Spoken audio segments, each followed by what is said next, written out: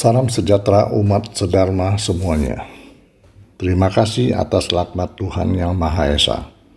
Belas kasih dari Buddha Maitreya. Kebesaran dari Dwi Maha Guru Agung Secun dan Semu. Lindungan dari ketiga yang alia sesepuh di Nirwana.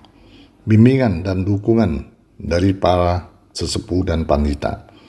Pada hari ini, host yang mendapat kesempatan mengingat jodoh baik, belajar bersama dengan umat sedharma semuanya. Hari ini host akan membawakan Luan Yi Li Zhen Pian Di Wu Zhang, Luan Yi Li Zhen Pian bab kelima. Mari kita baca sekali. Ziye Fu yi gui, si zhen zhi suo yi ye. Bu yi qi dao de zhi, bu chu ye. Ping yi jian, si zhen zhi suo ye. Bu yi qi dao de zhi, bu qi ye. Jin zi qi人而虎成名，君子无宗室之间为人，朝吃必以事，天废必以事。Konfusius berkata, uang dan kedudukan adalah yang semua orang inginkan dan dambakan. Tetapi, kalau dengan cara yang tidak tepat didapatkan, pria budiman tidak akan menikmatinya. Kemiskinan dan rendah hati adalah yang dibenci tidak disukai orang. Akan tetapi, menyingkirkannya tanpa dengan cara yang tepat, seorang pria budiman tidak akan menyingkirkannya. Seorang pria budiman menyimpang dari aturan ajaran kebajikan.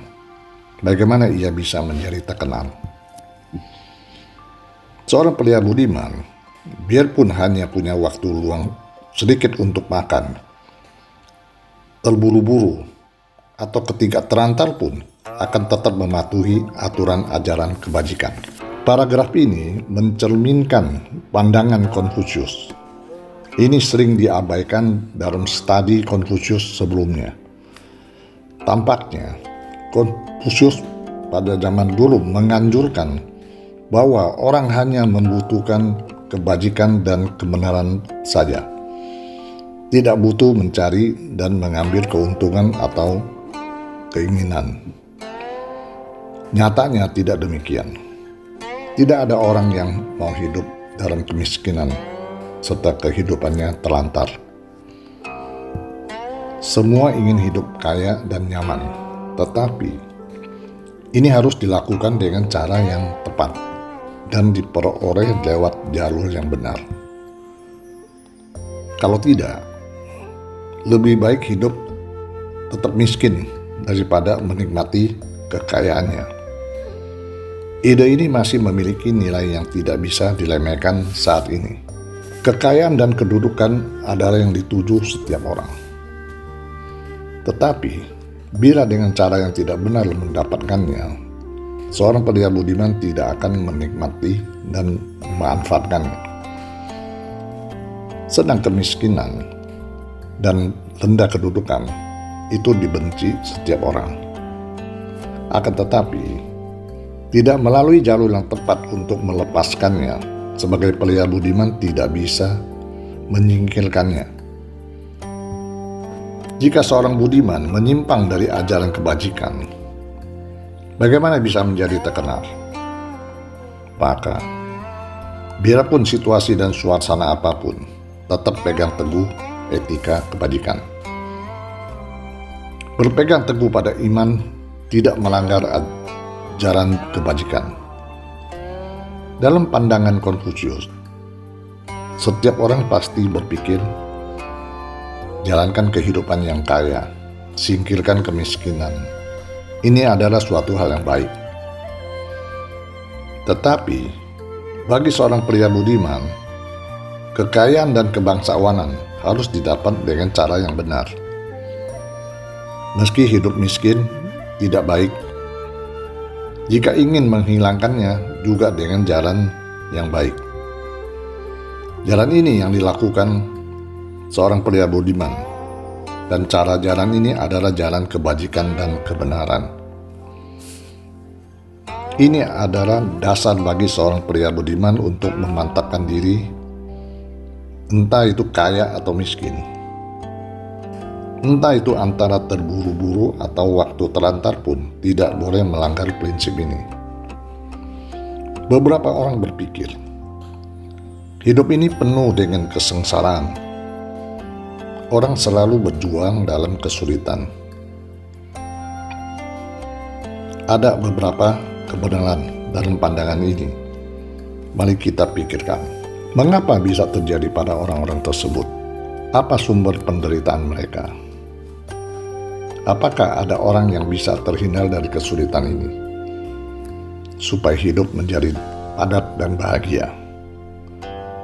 Dari sudut pandang tertentu, akar penyebab penderitaan manusia terletak pada kontradiksi pikiran. Misalnya,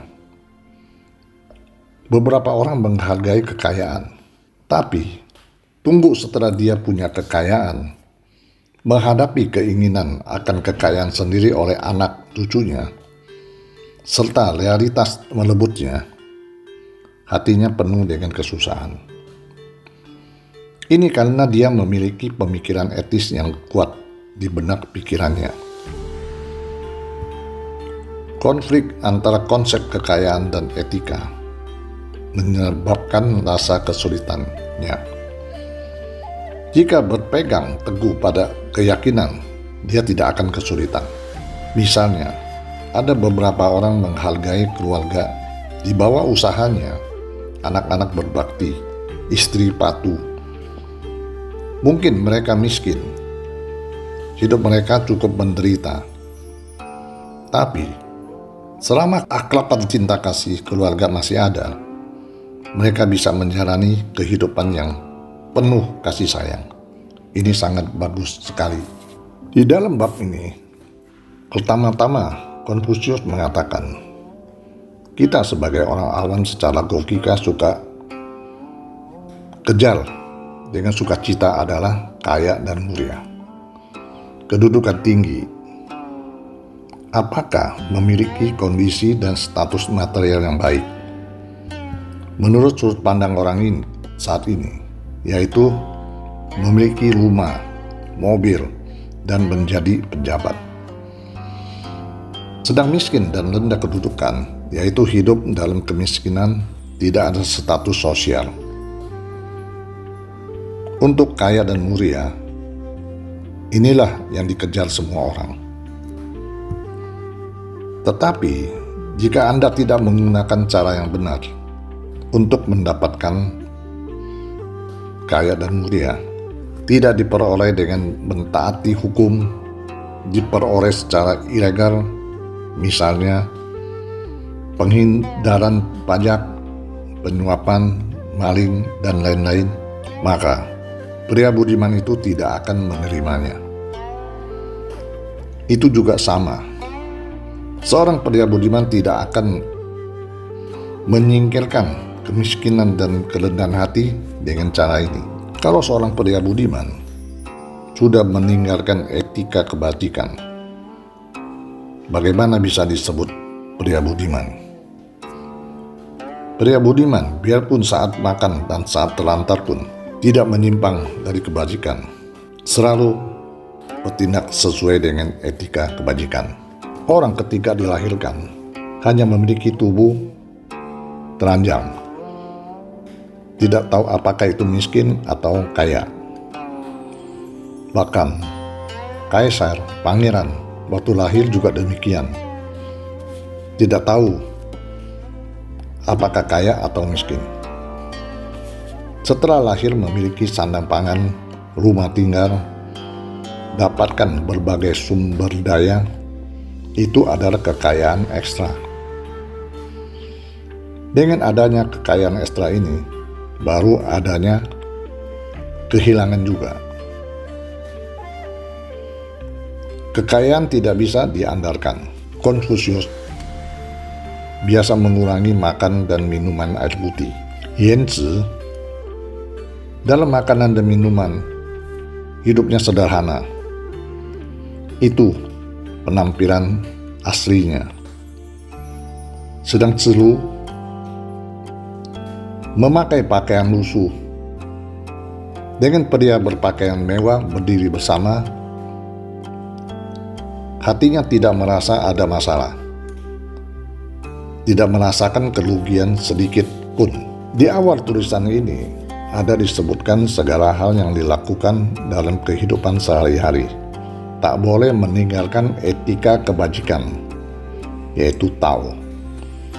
Inilah yang selalu Konfusius tanamkan kepada murid-muridnya. Dalam wadah ketuhanan, Tao pun juga fokus pada etika kebajikan. Demikianlah pelajaran hari ini yang Hosea sampaikan. Semoga Dharma ini bisa bermanfaat untuk kita semua. Bila ada perkataan yang salah, mohon pengampunan dari Tuhan Yang Maha Esa. Bimbingan dari para pendeta. Semoga Tuhan selalu berkati kita semua, terhindar dari mara bahaya dan bencana. Semoga semua makhluk berbahagia. Terima kasih.